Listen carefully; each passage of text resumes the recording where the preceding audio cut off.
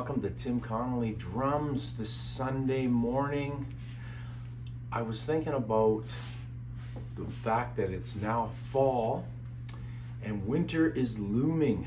So I thought I would tell you guys a couple stories about some gigs that I played in the winter where the actual gig itself was either hampered or interrupted or affected by weather. So I used to play these gigs quite often for the Canadian Armed Forces. The band that I was in was quite popular with the Canadian Armed Forces, and they used to hire us for many of their functions. And it was actually a good paying gig because technically it's a corporate gig. And these guys were so good. They treated us so well. I can remember their representative became a huge fan of the band, and he ended up hiring us for his wedding, which was amazing. The guy that would book us, he would do all the bookings. He became a fan. He would even come and see us. Him and his wife would actually travel around and come and see us.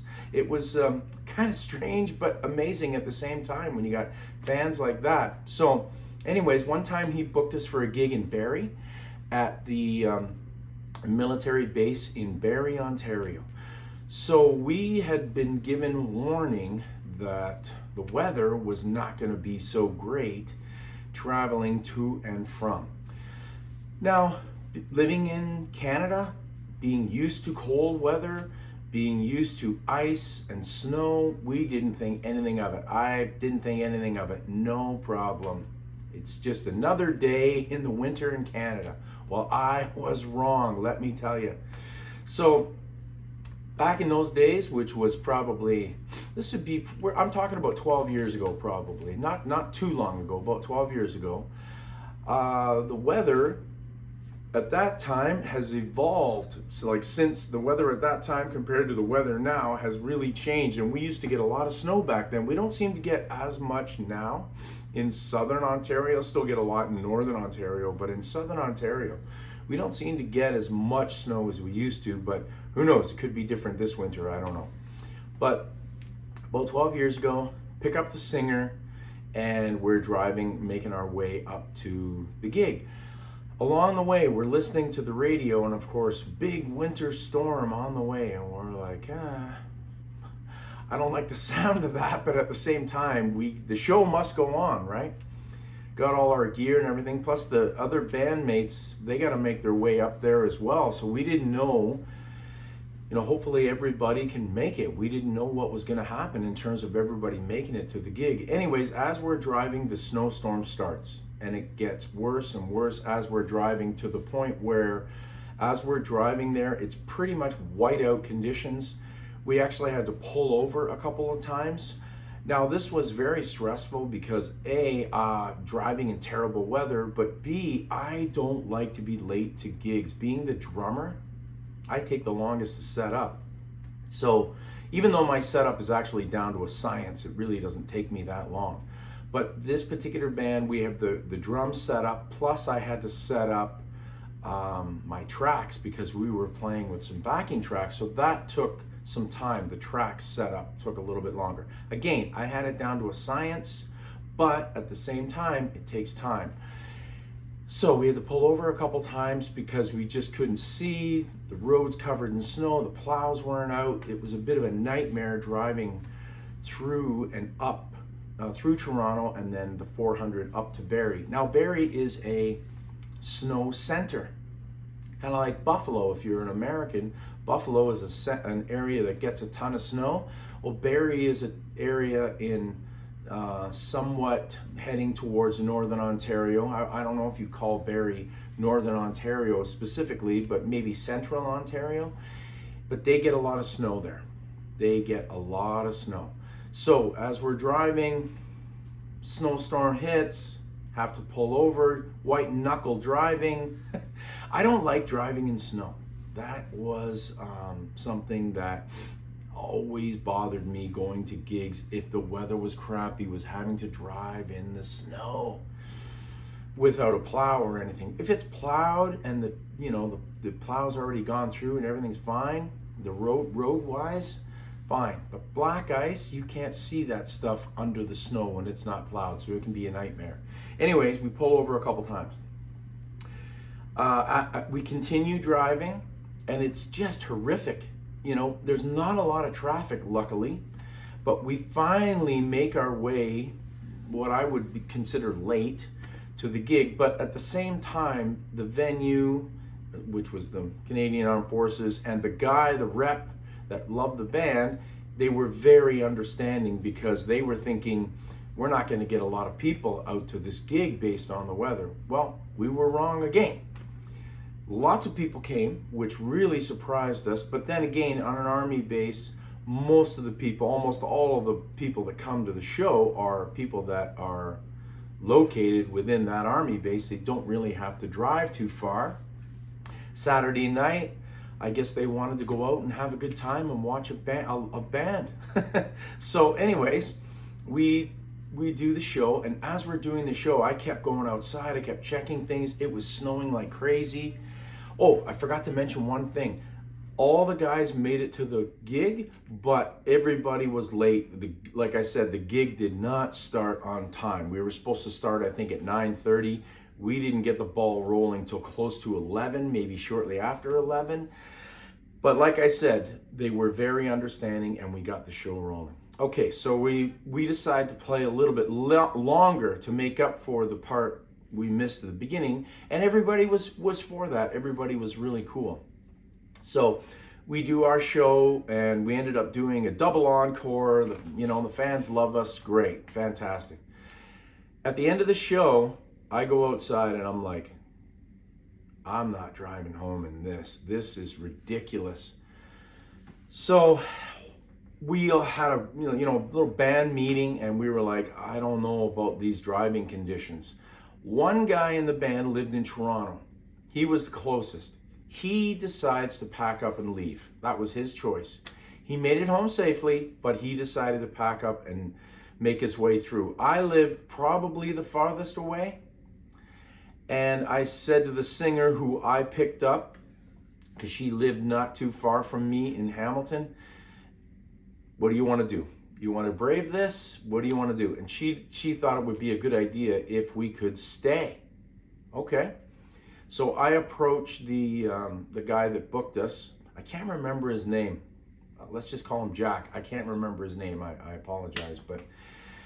And we asked him, can we stay? So what ended up happening was, like I said, the bass player left, but the rest of the band ended up staying.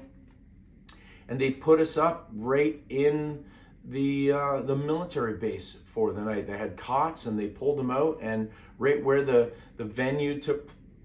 gig took place in the venue, they pulled some cots out there, and we ended up staying there overnight because we just did not want to brave that crazy snowstorm. Now, this isn't a crazy story.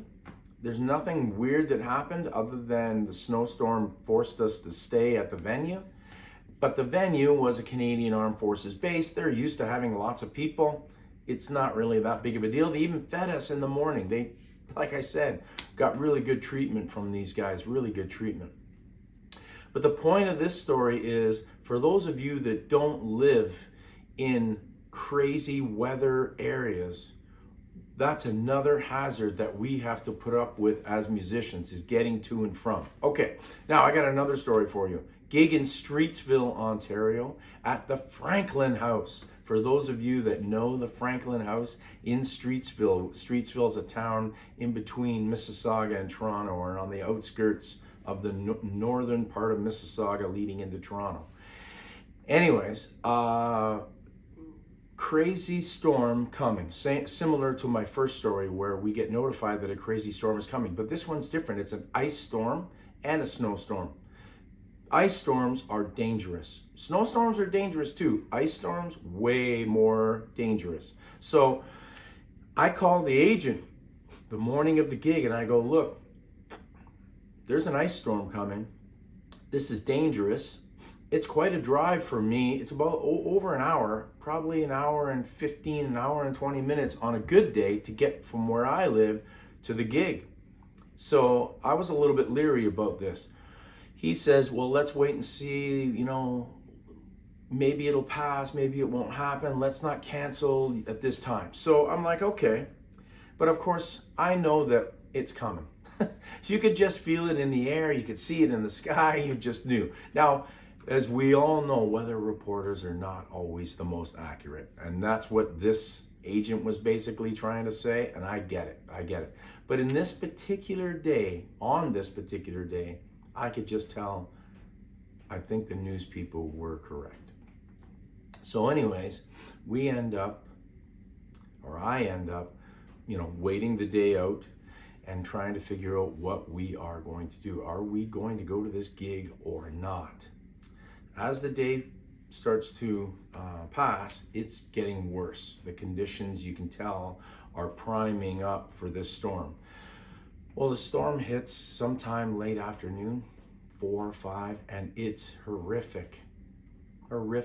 Even worse than what the news guys said. Ice, like rain, but it's cold rain forming ice, and then it turns to snow, and so you've got ice and snow accumulation, and it's not good driving conditions. So around, 4 or 5, I call the agent and I go, look, man, we're gonna cancel this because this gig is not worth driving in it. Somehow, I don't know how, this frickin' agent, because a lot of them are lowlifes, to be totally honest, they don't care about the band, they don't care about anything but making sure that the venue's happy so that they get continued business and that they make their 10% cut.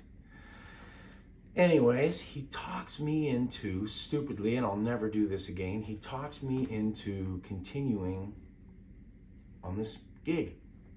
Well, I talked to the singer and, she can't believe it. I talked to the other guys in the band. They can't believe it either. But again, the show must go on. So I ended up going and meeting her. I would always meet her to pick her up. And the conditions just driving in the local area were horrific. And it's like, oh my God, it's going to take us forever to get to this place. It took us 3 hours to get there. I left really early. The driving conditions were terrible. So if you know the Franklin House, to get into the venue, you've got to go upstairs, metal stairs on the outside of the venue. So here I am hauling drums outside on metal stairs in the middle of an ice and snowstorm, getting blown around like crazy, hauling all these drums up to the top floor of the venue. So we play the gig, of course, nobody shows up. I'm like, what the hell are we even doing here? This is the ridiculousness of these agents and the venue. The venue should have closed or called the agent and said, hey, cancel the band for their safety. We don't need a band tonight. But that never happened. It's, it bugs me when it's all about money. I could have insisted and said, this isn't happening. We are canceling, which I should have done, and I will do anytime from the now moving forward. I will not put my band and myself and the members of the band in any kind of danger just for a gig. Refuse to do it anymore. And if the venue doesn't like it and they decide we're gonna fire that band, they're never coming back here again, well, that's on them, because it's ridiculous to put people through these conditions. So we do the show, there's nobody there, paid rehearsal as the saying goes, which I hate, but anyways, paid rehearsal. End of the night, I'm packing up and I'm trying to remember. I'm pretty sure I had hard cases for my drums, and I'm walking down the stairs and I fall down the outer stairs.